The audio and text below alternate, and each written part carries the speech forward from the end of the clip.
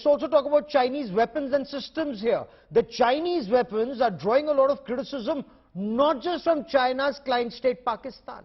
They're drawing criticism from several other countries where they've been sold.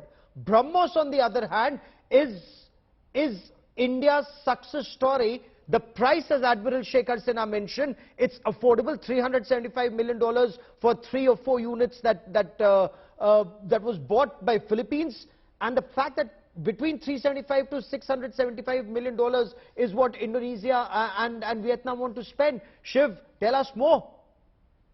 Vietnam and Indonesia are, we are told, very, very close to concluding, a deal with India to procure the Brahmos coastal defense anti-ship system. Now, Gaurav, you do know that the Philippines has already ordered the missile system. Deliveries are underway, making them India's first export customer of this weapon. But Vietnam and Indonesia, Vietnam particularly, which has territorial maritime disputes with China, the Chinese aggressions in the South China Sea, Asia-Pacific region have affected all of the countries there, particularly Vietnam, the Philippines, Indonesia. All of them want, some kind of a credible deterrent, a conventional deterrent capability, against Chinese vessels that have been, encroaching en masse in these territorial areas, in the territorial waters of Indonesia, the Philippines, and Vietnam. So for them to choose an Indian-built weapon system, the Indo-Russian Brahmos, which is a very, very, formidable weapon system, nothing like it in the world at this point of time, is not just excellent for Indian defense industry, because this missile is built nowhere else, but it also solidifies and the strategic partnerships that India has in this region, the ASEAN region, the Look East policy, very much a manifestation of that, but it also is a massive message for China. China, remember, is a country with significantly lower quality weapons that it has supplied to countries in Africa, Pakistan, etc. It's tried to push them to Myanmar as well. But there is an increasing perception that India-built weapons are not only more available and will be available during conflict, but are of a significantly higher quality. So at all of these levels, it's a huge, huge thing when Vietnam and Indonesia both decide to sign up. Oh, absolutely. And the budget, they're affordable.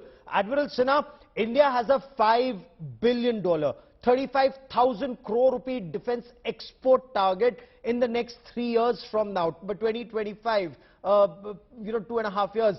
The real military strength of a country is actually indicated by the quality of its weapons and the market. This too, perhaps, would be a deterrent for any adversary from undertaking any misadventure. You're absolutely right, Gaurav, and we will positively meet this target as far as I can see. This is not the only system, but the Akash surface-to-air missile system has proven its worth. The good thing is that India says that we have got this deployed on all our platforms. Yes. These are already operational. Every practice firing it has shot down its target. Brahmos, it is a supersonic on the terminal phase. I got the first firing done of the Indian ship when I was fleet operation officer. Yes. And I'm telling you that it just goes through. You can't even take a photograph even if you have a high-speed camera next to the target. It goes at that speed and it just sort of goes through, slices it and breaks it into two.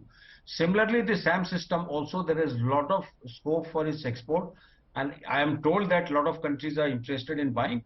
By and large, same countries who have bought Brahmos, because they say if India can use this operationally with so much of threat on them, I think then we are quite safe to use it. So this is the theme, that India first uses it itself, shows its capability, and only then offers it to its own friends. So I think that is a big message, that you are exporting quality weapon systems. The one which you are using, yes, it's not that I am using something else and you are giving your duff machine. No, it is not so. Absolutely. I will let that be the last word on this part of the show.